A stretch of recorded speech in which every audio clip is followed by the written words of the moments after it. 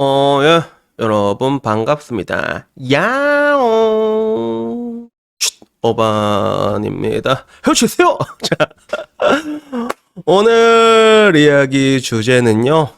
임신을 해보니 우리나라 출산율이 왜 낮은지 알 것 같아요라는 주제로 이야기를 해보려고 합니다. 뭐 내가 임신하진 않았으니까 내 이야기는 아니고 다른 사람 블라인드에 있는 공무원 아지매미의 이야기인데.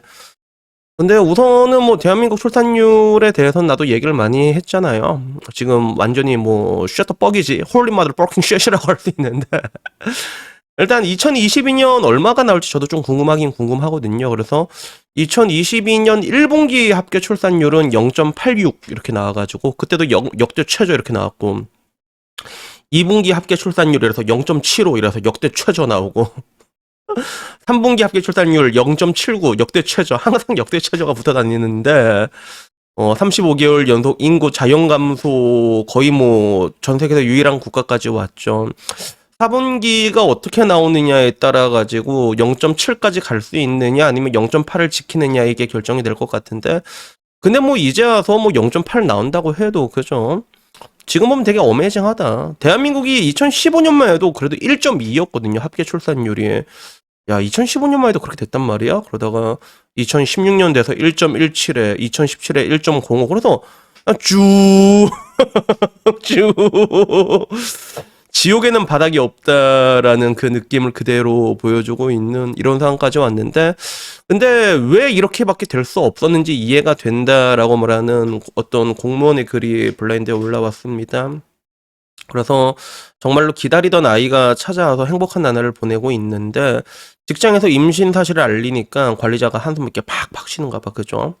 그리고 육아 휴직 시점을 자기 마음대로 하려고 이것도 강요를 하려고 했다는 거야. 그래서 다른 공무원이면 애 키우기 좋은 직장인데도 스트레스를 계속 받는다. 그래서 제도가 받쳐주면 뭐하냐. 사람들의 인식이 구리다라는 이야기를 했는데 진짜 좀 그렇지. 공무원이라고 하면 그래도 그런 육아나 이런 데 있어가지고 분명히 좋잖아. 제도적으로 잘 돼 있단 말이야. 근데 지금 와서도 그걸 강요를 하고 있다 하더라고. 임신 초기인데 자기는 바로 휴직할 마음이 없는데 3월부터 산전 휴직을 강요하고 이걸 강요하고 있는 그런 형국이에요. 그래서 사람들 느낌은 야, 공무원도 이런 걱정을 하냐라는 얘기를 많이 하기 시작했고 그리고 똑같이 이제 결국에는 자기는 육아휴직하고 돌아올 때 다른 자리 보내려고 해서 노무사한테 자문까지 받았다고 하더라고. 그래서 이런 것들이 지금 대한민국에 아직까지 남아있는 그런 하나의 문화라고 볼 수 있죠. 출산율이 이렇게 완전히 박살나고 있는데 그래서 실제로 그래 애 키우기 좋은 직장이 공무원 공공기관이 절대 아니다라고 얘기를 합니다. 그냥 자포자기 버텨도 자르기 힘드니까 하는 말들이지 이런 식으로 얘기를 하는데 근데 이게 얘기를 들어보니까 실제로 뭐 공무원들 많이 뽑았다고 얘기를 해도 그게 부서마다 굉장히 천차만별이라고 하더라고. 그리고 타이트하게 돌아가는 데는 굉장히 타이트하게 돌아가서 사람이 한 명이 빠지고 나면 그게 잘 안 된다는 거. 그래서 보통 기업 같은 데서는 사람이 빠지게 되잖아요. 장기간 빠지게 되면 대체 인력을 투입을 하잖아요. 근데 공무원 쪽은 이게 잘 안 된다고 들었던 것 같아요. 뭐 부서마다 조금씩 다를 수 있겠지만 그러면 결국에는 사람이 쉬러 가게 되면 그 사람의 몫을 누군가가 더 할 수밖에 없는 그런 구조가 있고 그리고 특히나 요즘 같은 경우는 이제 결혼을 안 하는 사람들이 너무 많다 보니까 안 하는 사람 입장에서는 좀 짜증이 날 수밖에 없는 그런 부분들이 분명히 있거든요. 그래가지고 그 뒤로도 뭐 좋은 댓글도 있었어. 아이기가 주는 행복이 모든 걸 이겨낼 수 있게 해준다. 부디 주변 사람들 때문에 행복함을 잃지 마라라는 좋은 답변도 있었는데 실질적으로 국내에 굉장히 굴지의 대기업을 다니고 있는 블라인드는 거의 다 그렇잖아. 보면 지금 나온 댓글 중에서 핫바리 기업이 하나도 없잖아. 카카오, 네이버 뭐 다 그렇잖아. 한국철도공사. 근데 다들 자기도 이직한 지 얼마 안 됐는데 눈치가 보여서 스트레스를 받는다라고 얘기를 하더라고. 단축 근무는커녕 안정기 지나고 회사에 얘기했는데도 혼자 스트레스를 받고 있다. 그리고 매일 지옥철 타고 출퇴근하는데 M1 사람들이 앉아있는 임산부석도 너무 속상하다라고 얘기를 하더라고. 그래서 복직 걱정을 벌써부터 하는데 이게 왜 이렇냐. 대한민국 출산율이 분명히 이렇다는데 국가에서는 아이를 낳기를 원하는 게 맞느냐라는 것들이 되게 많고 그리고 반대로 이제 외국에서 거주 중인 새 회사는 이 얘기를 한 거야. 우리나라는 제도는 분명히 잘 돼 있다. 근데 문화가 만들어져야 되는데 인식이 바뀌어야 된다는 생각이 많이 느낀다라는 얘기를 많이 하는 거야.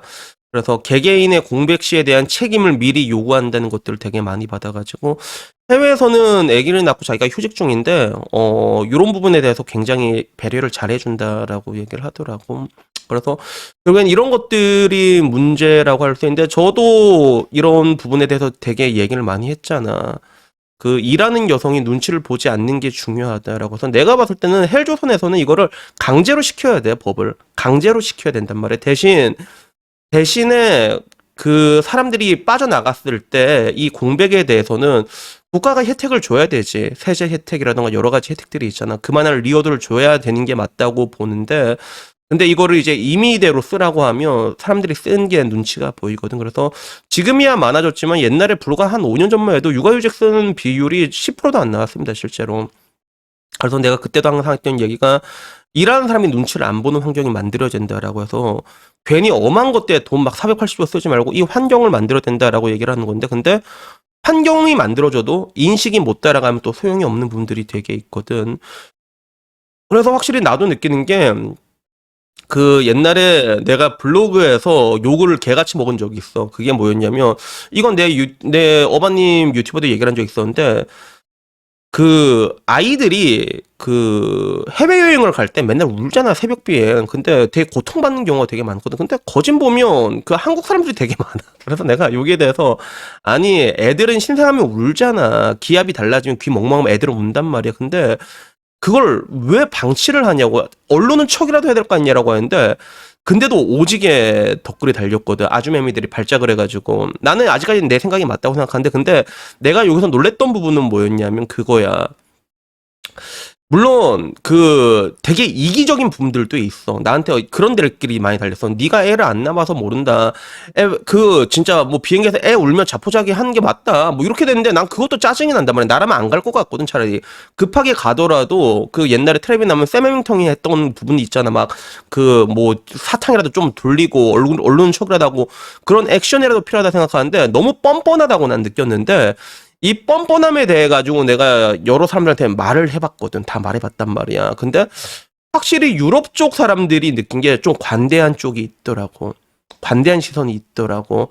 그래서 나는 남에겐 좀 피해를 주면 안 되는 그런 입장을 좀 견지를 하고 있었지만 오히려 이 부분에 대해서 유럽 쪽 사람들은 조금 관대하다는 걸 느꼈거든. 그러니까 이런 시선도 분명히 필요하다는 거야. 그러니까 내 말은 아주매미들이 이기적이게 야 씨 내가 애 낳아줬는데 이런 거를 아니 이쁘면 당신들 애들이 당신한테 이쁜 거지 우리한테 이쁜 건 아니란 말이야. 근데 이 이해를 강요하는 것도 문제가 있지만 근데 한편으로는 서구권 같은 데서는 이런 걸 이미 사회적인 문제로 이미 경험을 해봤잖아. 그러니까 아이를 한 명 낳는 데는 마을이 필요하다라는 그런 얘기를 확실히 좀 그런 걸 갖고 있다는 느낌이 들었는데 이런 인식이 필요한 것도 사실인 것 같아. 이런 인식이 필요한 것도 사실인 것 같은데 근데 문제는 지금 와서 이게 조금 더 힘들어지는 게 뭐냐면 이러나 저러나 사람이 지금 아까 말했던 공무원 같은 경우는 이렇게 쉬면 다른 사람들한테 그 업무가 과중되는 구조잖아. 이런 가운데선 좋은 말이 나오기가 쉽지가 않다는 거지. 생각을 해봐. 요새 이제 미혼이 기본값이란 말이야. 야, 씨, 나는 결혼도 안 하는데, 나는 결혼도 안 하는데, 혼자 살다 죽을 건데, 맨날 뺑이만 치다가, 이렇게 되면 이 사람들 입장에서 짜증날 수밖에 없는 것 같거든. 그러니까 이런 부분들을 다 감안을 해가지고, 제도를 강제를 시켜야 된다. 내가 항상 얘기하는 게 이런 부분인데, 근데 그런 부분을 강제한다 하더라도 사람들의 인식이 변하지 않으면 또 그게 또 크게 의미가 없는 구간들도 분명히 오거든요. 그래서 지금 와서 내가 보기엔 이거를 어디서부터 풀어야 될지 왜냐면 지금 방관하고 있잖아. 다들 방관하고 있어가지고 야 내가 어떻게 풀 거야 이거를 방구석 유튜브는 내가 어떻게 풀 거야. 근데 하나 확실한 것들은 그런 한국 같은 구조에서는 이거를 강제를 해야 된다라는 그런 생각이 들어요. 그리고 특히나 이게 일본 같은 데로 가면 일본도 육아휴직을 마음대로 못 쓰거든. 한번 쓰고 오잖아 남자가. 쓰고 오면 왕따 당해. 그쪽은 왕따를 당한단 말이야. 이런 것들이 왜 일어나고 있는가라는 걸 감안을 했을 때 다 이런 식으로 이제 동양적인 사고관이 얽혀 있는 부분들도 분명히 있거든. 그러면 이런 것들이 이제 경색되지 않게 그 한도 내에서 항상 내가 말한 시스템을 만드는 게 그리고 인식도 변하는 게 그게 중요한 게 아닌가 뭐 그런 생각이 듭니다. 그래서 어쨌든 뭐 오늘 이야기는요 여기까지고요. 확실히 조금 힘들 것 같긴 하다라는 느낌이 들지만 조금 더 정교하게 제도가 만들어야 되는 게 아닌가. 그리고 거에 더불어 맞춰서 인식도 변해야 되는 게 아닌가라는 생각이 들어서 오늘 이야기를 해봤습니다. 여튼 오늘 이야기 여기까지고요. 다음엔 조금 더 좋은 이야기로 찾아뵙도록 하겠습니다. 이상입니다. 감사합니다. 야옹.